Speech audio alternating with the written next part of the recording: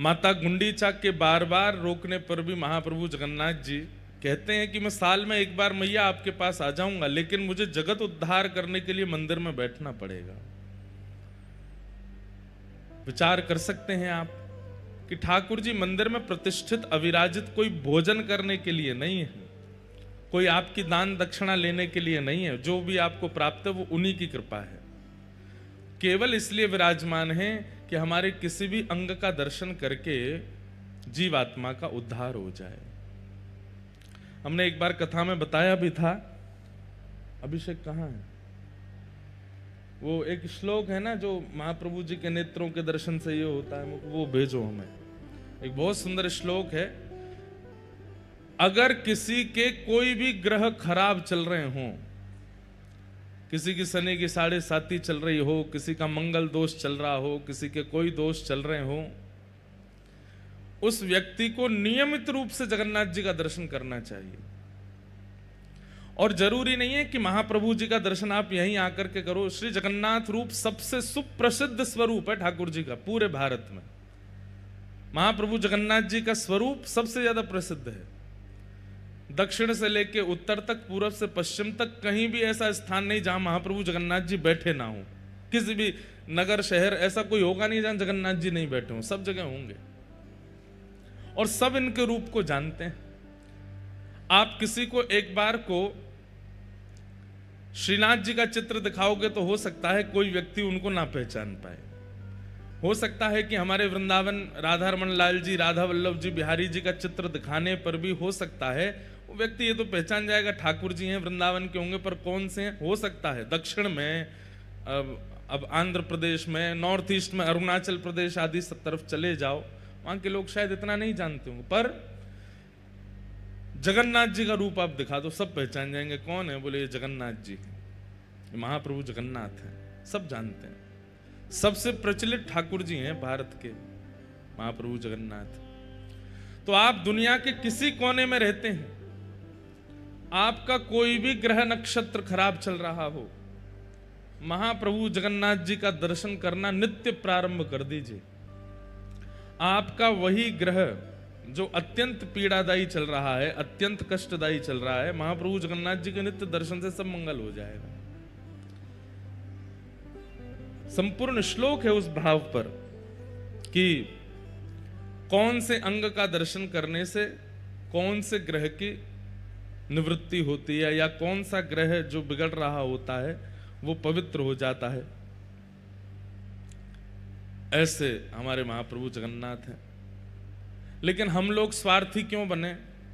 मेरे मन में आता है कि हम लोग स्वार्थी क्यों बने कि जो ग्रह खराब है उस ग्रह वाले ही अंग का दर्शन करें। सर्वांगण महाप्रभु जगन्नाथ। आपको एक गुप्त बात बता दें,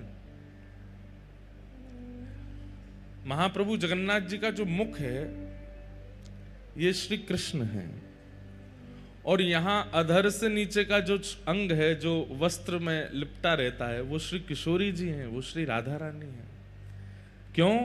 क्योंकि वस्त्रों के भीतर जो महाप्रभु जी का स्वरूप है वो गौर वर्ण है, और वस्त्रों के ऊपर जो महाप्रभु जी हैं ये श्याम वर्ण है।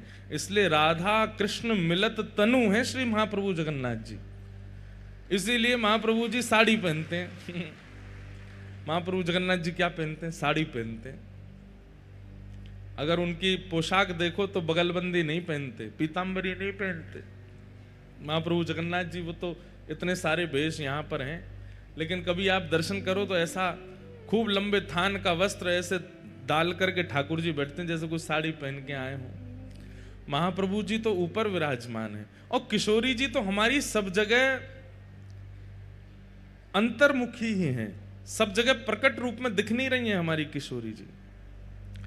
वृंदावन में भी श्री बिहारी जी के बगल में गादी रूप में किशोरी जी हैं, राधा वल्लभ जी के बगल में गादी रूप में किशोरी जी हैं, श्री राधा रमण जी के बगल में मंजरी नाम रूप में किशोरी जी हैं। किशोरी जी का प्रकट दर्शन प्राचीनतम किसी भी मंदिर देवालय में आपको विशेष रूप से प्राप्त नहीं है। सब जगह किशोरी जी अंतर्मुखी हैं, घूंघट करके बैठी हैं। यहां किशोरी जी कहां है?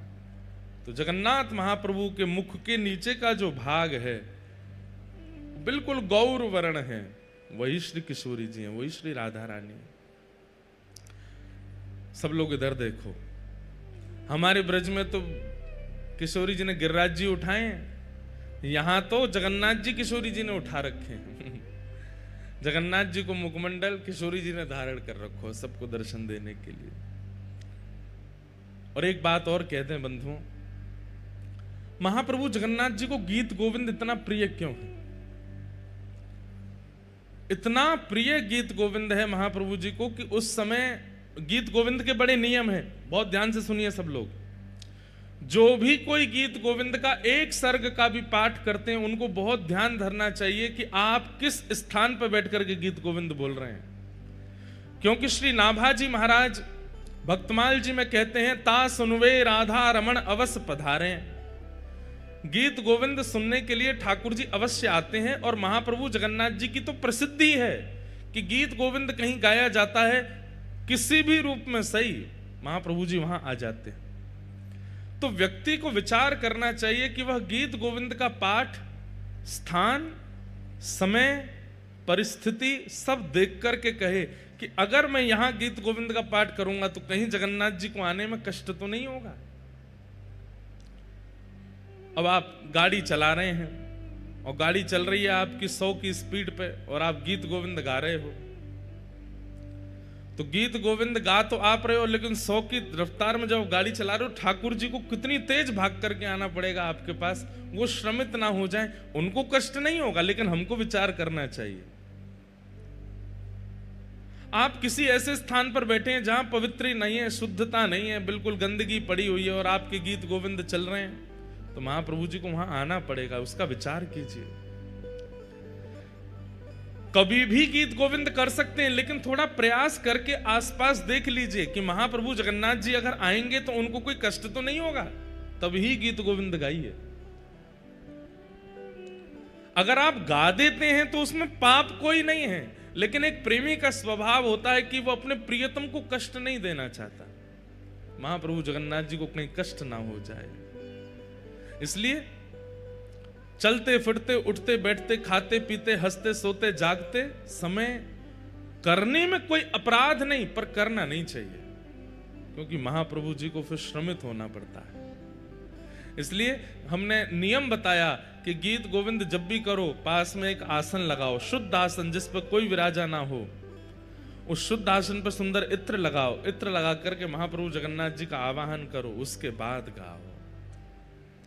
देख लीजिए गाड़ी खड़ी हो, सुंदर छाया हो, बहुत टीक दोपहरी पड़ रही हो, चिलचिलाती धूप निकल रही हो, महाराज पैर बाहर धरे नहीं जा रहे हैं, खुद तो 16 टेम्परेचर पे एसी चला के बैठे हो, और उस समय गीत गोविंद गाने लगे, महाप्रभु जी को दौड़ के आना पड़ेगा।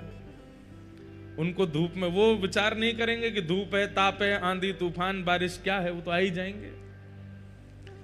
इसलिए इन सब भावों का विचार करते हुए ही गीत गोविंद का पाठ करना चाहिए। महाप्रभु जी को गीत गोविंद क्यों प्रिय है?